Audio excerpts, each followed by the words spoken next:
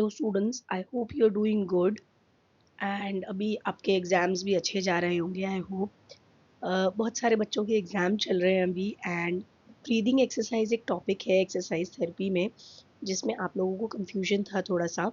सो आज breathing exercise discuss करते हैं। तो आज हम ये सारे टॉपिक्स पढ़ने वाले हैं।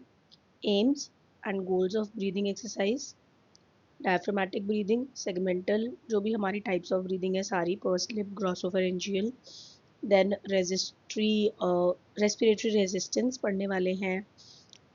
चेस्ट को कैसे मोबिलाइज करें उसकी एक्सरसाइजेज, पोस्चरल ड्रेनेज और जो पोस्चरल ड्रेनेज में मैनुअल टेक्निक्स यूज होती हैं वो, and modified postural drainage. Okay, so हमारे एम्स एंड गोल्स क्या हैं, हम क्यों करवा रहे हैं ब्रीदिंग एक्सरसाइज? लंग फंक्शन और एफिशिएंसी को इम्प्रूव करने के लिए, ऑक्सीजन के एक्सचेंज को एनहांस करने के लिए, रेस्पिरेटरी मसल को स्ट्रेंथन करने के लिए, शॉर्टनेस ऑफ ब्रेथ को कम करने के लिए, रिलैक्सेशन और स्ट्रेस रिलीफ करने के लिए, एंड एयरवे क्लियरेंस करने के लिए, जैसे सीओपीडी है, एस्थमा है या सर्जरी हुई है उसके बाद रिकवरी में हमारे जो लंग्स हैं उसमें बलगम भर जाता है, म्यूकस फिल हो जाता है, तो उसे क्लियर करना होता है हमें। Now coming on diaphragmatic breathing. पहली बात तो डायफ्रामेटिक ब्रीदिंग का पर्पस क्या है? वो हमारे डायफ्राम को स्ट्रेंथन करता है और लंग के एक्सपेंशन को इम्प्रूव करता है। प्रोसीजर क्या है?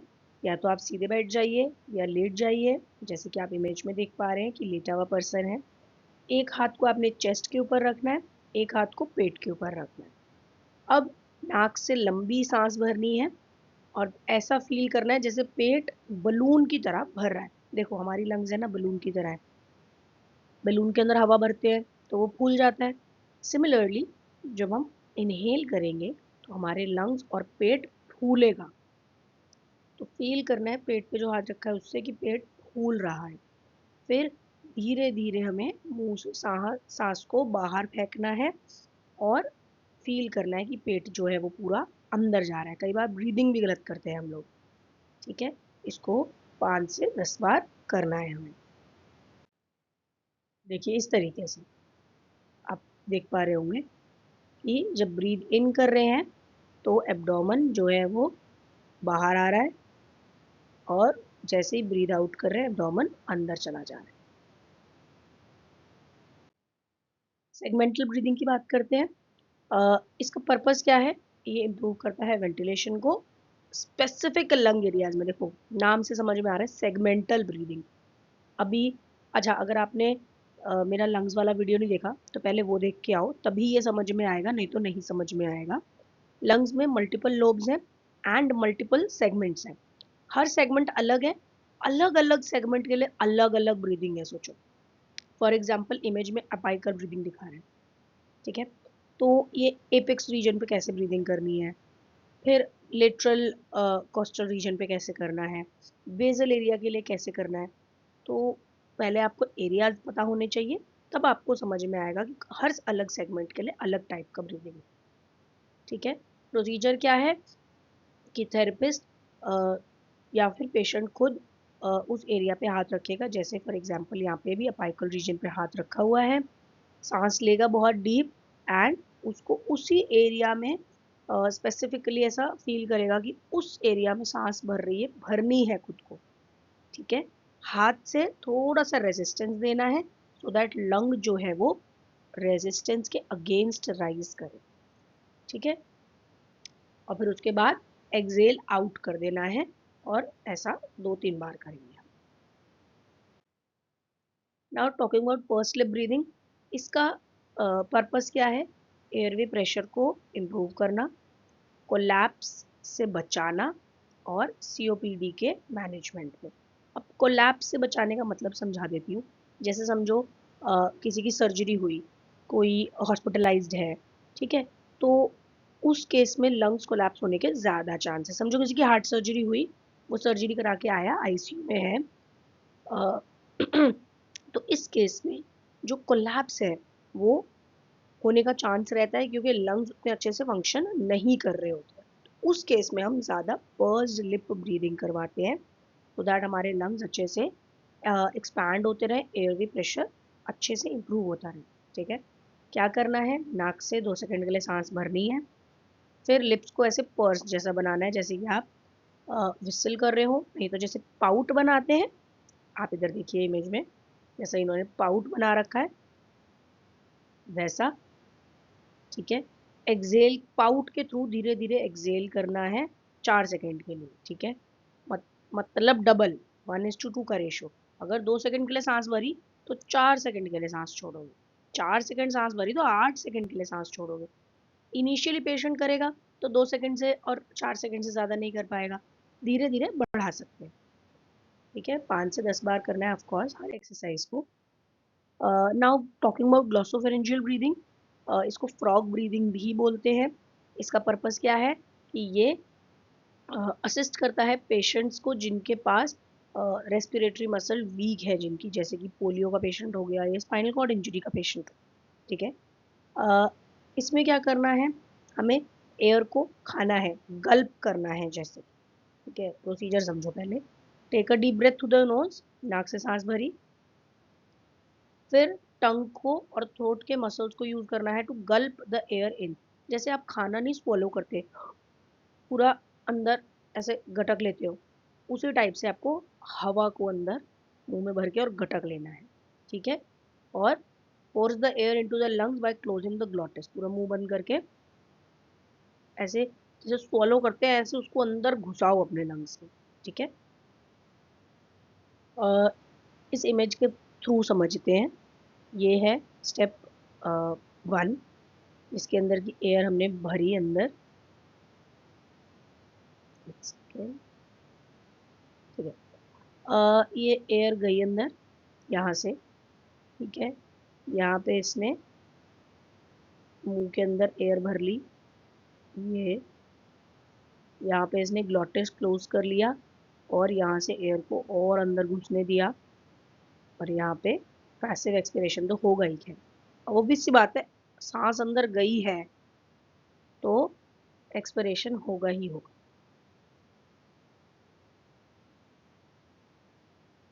ठीक है, तो ये इम्प्रूव करेगा हमें लंग फंक्शन को और वॉल्यूम को इंक्रीज करने में। टॉकिंग अबाउट रेस्पिरेटरी रेजिस्टेंस, ये हमारी रेस्पिरेटरी मसल्स को स्ट्रेंथन करता है। कैसे? रेजिस्टेंस प्रोवाइड करके। ठीक है, मेथड्स क्या हैं इसके?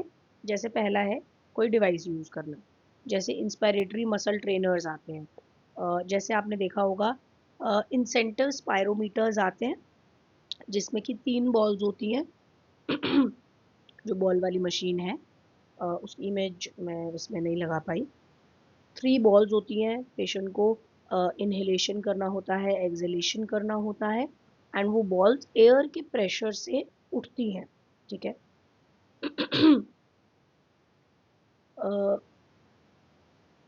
उसके अलावा भी इंस्पायरेटरी मसल ट्रेनर्स होते हैं जिसमें आगे से रेजिस्टेंस मिलती है। बॉल वाले ही होते हैं, उसमें भी बॉल्स प्रेजेंट होती हैं जो रेजिस्टेंस प्रोवाइड करती हैं एयर फ्लो को। ठीक है, सेकंड है ब्लोइंग इनटू रेजिस्टेंस ऑब्जेक्ट्स, जैसे कि स्ट्रॉ से हम पानी में अगर ब्लो आउट करते रहें, बबल्स बनाते रहेंगे, वो भी एक रेस्पिरेटरी रेजिस्टेंस की एक्टिविटी है। एंड देन पर्स लिप में हम रेजिस्टेंस के अगेंस्ट ब्रीथ करें। ठीक है, जब सांस लेने लगे तो एक रेजिस्टेंस लगा दें एंड देन ब्रीद इन करते हैं। Now how to mobilise the chest, exercises क्या क्या है? Deep breathing with arm movement. ठीक है, इसमें क्या करते हैं हम, वी आस्क द पेशेंट कि आप सांस लो और साथ में आप शोल्डर फ्लेक्शन करो। ठीक है, तो चेस्ट मोबिलाइज होगा, करके देखो। 1, दूसरा है हमारा थोरैसिक एक्सटेंशन एक्सरसाइजेस। ठीक है, इसमें क्या करते हैं हम, जैसे पेक्टोरल्स का स्ट्रेच करवाते हैं, वो thoracic extension exercise, thoracic expansion है बेसिकली, वो फर्स्ट में ही आ जाएगा विद आर्म मूवमेंट्स वाले में। thoracic extension is like जैसे हम कोबरा पोज करते हैं वो। फिर साइड स्ट्रेचिंग और रिबकेज मोबिलिटी। तो बेसिकली एक्सरसाइजेस कर रहे हैं और साथ में हम ब्रीदिंग उसके इंक्लूड कर रहे हैं। Side stretching is lateral bending, ठीक है, and breathing with spinal rotation is कि आप बैठ गए हो एंड नाउ आप अपनी स्पाइन को लेटरली ऐसे रोटेट कर रहे हो और साथ साथ ब्रीद इन कर रहे हो। लाइक जब आप रोटेशन स्टार्ट करो, फॉर एग्जांपल आप राइट साइड में जा रहे हो एंड रोटेशन शुरू कर रहे हो, तब आप ब्रीद इन करो पूरा and when you are coming back you have to exhale out. ठीक है, इसका पर्पस क्या है? चेस्ट एक्सपेंशन को इम्प्रूव करता है और फ्लेक्सिबिलिटी को इम्प्रूव करता है। पोस्चरल ड्रेनेज की बात कर लेते हैं। पोस्चरल ड्रेनेज का काम क्या है? म्यूकस को क्लियर करना हमारे लंग्स में से। ठीक है, प्रोसीजर क्या है? ग्रेविटी असिस्टेड पोजीशन यूज होती हैं to drain the secretions from lung lobes. ठीक है, पोजीशन को हम लोग 5 से 15 मिनट तक होल्ड कर सकते हैं। And postural drainage manual therapy के कॉम्बिनेशन में दिया जाता है। मैनुअल टेक्निक्स होती है, परकशन, वाइब्रेशन, उसके बारे में भी आगे पढ़ेंगे हम। But postural drainage is mostly given along with combination to manual therapy। ठीक है, वही जो पर्पस मैंने भी समझाया था कि हमारे लंग्स जो है उसके अंदर बलगम भर जाता है, म्यूकस फिल हो जाता है। अब वो किसी भी रीज़न से हो सकता है, मल्टीपल रीजन हो सकते हैं। तो अब पेशेंट को पोस्टरल ड्रेनेज देंगे तो अपने आप जो चिपका हुआ म्यूकस है लंग ये चेस्ट वॉल से लंग वॉल से, वो अपने आप थोड़ा सा लूजन अप हो जाएगा एंड लूजन अप होके ग्रेविटी की हेल्प से अपने आप बाहर निकलेगा। अब पोस्चरल ड्रेनेज पोजीशंस की बात कर लेते हैं। लंग में 3 लोब्स हैं। आई होप आप पढ़ाए हो लंग्स वाला, आप देख आए हो video. Upper lobe, middle lobe and lower lobe. ठीक है, 3 लोब्स हैं। अपर लोब में एपाइकल सेगमेंट है, एंटीरियर सेगमेंट है, पोस्टीरियर सेगमेंट है। एपाइकल सेगमेंट सबसे ऊपर है तो पेशेंट जो है वो सीधा बैठेगा, हल्का सा स्लाइटली आगे फॉरवर्ड लीन कर जाएगा। ठीक है, एंटीरियर सेगमेंट पेशेंट सीधा अपने बैक पे लेटेगा। पोस्टीरियर सेगमेंट पेशेंट बैठेगा, फॉरवर्ड लीन करेगा, एक ऑप्शन है। दूसरा ऑप्शन है कि अपने पेट पे लेटेगा और पिलो लगा लेगा चेस्ट के नीचे। ठीक है, मिडल लोब में पेशेंट अपनी साइड पे लेटेगा। ठीक है, चेस्ट थोड़ा सा नीचे की तरफ टिल्ट करके। लोअर लोब्स में सुपीरियर सेगमेंट है, एंटीरियर या बेसल सेगमेंट है, लिटरल या बेसल सेगमेंट है। तो सुपीरियर सेगमेंट के लिए पेशेंट सीधा लेटेगा, एंटीरियर या बेसल सेगमेंट के लिए पेशेंट उल्टा लेटेगा और जो सर है वो अपनी बॉडी से थोड़ा सा नीचे रखेगा। इसको बोलते हैं ट्रेंडलनबर्ग पोजिशन। जब सर बॉडी से नीचे होता है तो उसको बोलते हैं ट्रेंडलनबर्ग पोजिशन। ठीक है, लिटरली या बेसल सेगमेंट्स है तो पेशेंट जो है वो ऑपोजिट साइड पे लेटेगा और डाउनवर्ड टिल्ट होके लेटेगा। कम अब क्योंकि अभी हमने पढ़ा कि ये पोजीशन 5 से 10 मिनट तक होल्ड करनी है पेशेंट ने, है ना, तो इसीलिए ये पोजीशंस जो है वो बहुत कंफर्टेबल होनी चाहिए और सेफ होनी चाहिए। ऐसा ना हो कि वो करने से आप पेशेंट का हाइपरटेंशन बढ़ा दो, मतलब ये जो बीपी है वो बढ़ जाए, हाइपरटेंशन हो जाए पेशेंट को, या और मतलब इंटरनली कुछ प्रॉब्लम्स हो जाए। अच्छा, ये पोजीशंस है सेगमेंट वाइज। ठीक है, पहले इसके लिए लंग्स के सेगमेंट पढ़ के आना पड़ेगा आपको, उसके बाद ही आप ये समझ पाओगे। ठीक है, जैसे कि एंटीरियर सेगमेंट के लिए ये पोजीशन है, पोस्टीरियर सेगमेंट के लिए ये पोजीशन है, फिर एंटीरियर के लिए ये भी है, फिर राइट पोस्टीरियर सेगमेंट है तो ये पोजीशन हो गई।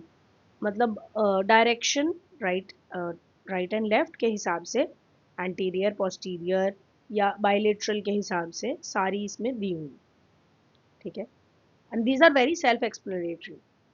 ठीक है, अगर आपको लेफ्ट साइड से आउट करना है समझो म्यूकस, तो राइट साइड पे लेटोगे, लेफ्ट साइड ऊपर रहेगी। ठीक है, मतलब जिस पे बेसिकली ग्रेविटी का असर दिखे।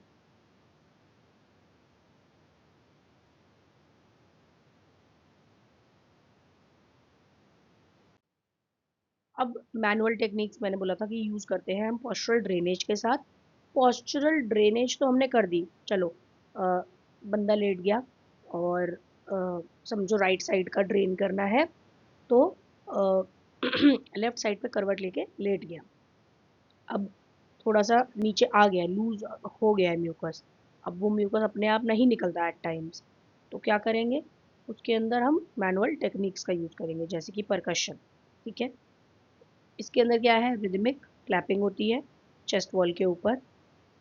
कप्ड हैंड्स बने होने चाहिए जिससे कि वाइब्रेशन सी प्रोड्यूस हो और उससे म्यूकस लूज हो जाए।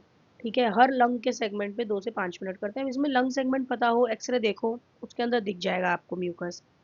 तो जिस लंग सेगमेंट पे म्यूकस जमा हुआ है, उस लंग सेगमेंट पे आपने 2 से 5 मिनट के लिए क्लैपिंग दे देनी है। अगर पूरे लंग्स में ओवरऑल है तो पूरे लंग के हर सेगमेंट पे देनी पड़ेगी, सेगमेंट वाइज देना होता है। So this is the position of the hand. हाथ को ऐसे कप की तरह बनाना है, बिल्कुल फ्लैट नहीं होना चाहिए, कप होना चाहिए। पेशेंट की बॉडी पे सिर्फ आपके फिंगर के टिप्स और ये हाइपोथिनार एमिनेंस वाला रीजन टच होना चाहिए। Next is vibration. वाइब्रेशन में थेरेपिस्ट अपना हाथ चेस्ट वॉल के ऊपर प्लेस करता है, ठीक है, एंड जेंटल शेकिंग मोशन लगाता है एक्सेलेशन के टाइम। पेशेंट को बोलेंगे इनहेल करो, एक्सेल करते करते साथ में थोड़ा थोड़ा वाइब्रेशन करते रहेंगे, और इससे जो म्यूकस है वो मोबिलाइज हो जाएगा, निकल जाएगा। ठीक है, म्यूकस जो है वो लार्जर एयरवेज से आ जाएगा, लार्जर एयरवेज में आ जाएगा स्मॉलर एयरवेज से। Next is shaking. शेकिंग बहुत सिमिलर है वाइब्रेशन में, लेकिन शेकिंग में ज़्यादा फोर्स लगता है थोड़ा सा। ठीक है, ये उनमें यूज होती है जिसमें थिक म्यूकस सेक्रीशन हो, मतलब बहुत समय से म्यूकस जमा हुआ हो या बहुत ज़्यादा थिक सेक्रीशन हो गई हो जो इजीली ना निकल पा रही हो। Next is huffing. ठीक है, फोर्स्ड एक्सपायरेशन टेक्निक भी है ये एक। पेशेंट जो है वो फोर्सफुली एक्सेल करता है with open mouth, like fogging a mirror. जैसे कि सर्दियों में हम ऐसे मिरर पे फॉग नहीं बना देते अपना माउथ खोलकर, सिमिलरली वैसे ही हफिंग है। ठीक है, इससे एयरवे कोलैप्स प्रिवेंट कर सकते हैं और म्यूकस क्लियरेंस अच्छा हो सकता है। अब ये टेक्निक्स अगर हम अच्छे से यूज करें, ठीक तरीके से यूज करें, तो ब्रेथलेसनेस कम हो सकती है और एयरवे क्लियरेंस जो है वो एनहांस हो सकता है। इनको ठीक से यूज करना इज ऑल्सो इम्पॉर्टेंट। ऐसा हो कि हमने कर दिया बट वो ठीक नहीं था, तो कोई बेनिफिट नहीं मिलने वाला, हो सकता है नुकसान ही हो जाए। Modified postural drainage. Modified postural drainage क्या है एग्जैक्टली exactly? कि ये उन पेशेंट्स के लिए पहली बार, जो पेशेंट्स नॉर्मल जो हमारी पोस्चरल ड्रेनेज है उसको नहीं झेल पा रहे, या उनके लिए पॉसिबल ही नहीं हो पा रहा उस पोस्चर में आ पाना। ठीक है, तो used in traditional position, used when traditional positions are not suitable. जैसे कि बूढ़े लोग हो गए, कोई सर्जरी वाला पेशेंट है उसके बाद हो रहा है, एंड दोज विद रिफ्लक्स, जिस किसी को एसिड रिफ्लक्स की प्रॉब्लम है, उसको अगर आपने ट्रेंडलेनबर्ग पोजीशन में डाल दिया, हेड डाउन पोजीशन में डाल दिया, तो वो वॉमिट कर जाएगा तुरंत, है ना। तो या और भी कुछ प्रॉब्लम्स हो सकती हैं, तो इसीलिए यूज करते हैं मॉडिफाइड पोस्चरल ड्रेनेज। इसके अंदर हम पेशेंट की पोजीशन को इस तरीके से एडजस्ट करते हैं कि डिस्कम्फर्ट कम हो जाए और फिर भी म्यूकस निकल जाए। क्या एग्जाम्पल्स हैं, पिलो यूज करना ज़्यादा, ठीक है, सेमी रिक्लाइंड पोजीशंस यूज करना, और जेंटल साइड लाइन यूज करना, जिसमें हम स्लो ब्रीदिंग करवाएं फॉर फ्रेल पेशेंट्स। जो बिल्कुल वीक पेशेंट्स हैं, फ्रजाइल पेशेंट्स हैं, उनके लिए हम साइड लाइन पोजिशन यूज़ कर सकते हैं, जेंटल साइड लाइन, पूरा साइड लाइन भी नहीं, स्लो ब्रीदिंग करते रहेंगे। सेमी रिक्लाइन पोजिशन में रह सकते हैं जिनको एसिड रिफ्लक्स का प्रॉब्लम है, या सीधा लेटने में कुछ पेशेंट्स को प्रॉब्लम होता है। फिर पिलोज यूज़ कर सकते हैं एलिवेट करने के लिए, इंस्टेड हम उनको पूरा ट्रेंडलेन वर्क पोजिशन में डाल।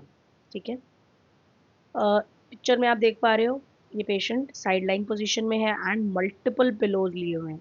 ठीक है, सर्जरी हो सकता है, सर्जरी ऐसे हिस्से की हुई हो कि उस हिस्से पे लेटना पॉसिबल ना हो, या बहुत पेनफुल हो वो रीजन, उसके लिए भी हम मॉडिफाई कर सकते हैं। I hope this video has help you. कोई टॉपिक रह गया हो तो आप बता देना मुझे कमेंट्स में। कोई और टॉपिक या कंटेंट कवर करना हो तो वो भी बता सकते हो। Thank you for watching. And अच्छा लगा हो वीडियो तो लाइक करिएगा एंड सब्सक्राइब कर देना और कंटेंट देखने के लिए, और कमेंट कर देना इन केस कोई और टॉपिक आपको लग रहा है कि मुझे कवर करना चाहिए तो। Thank you for watching, all the best for your exams.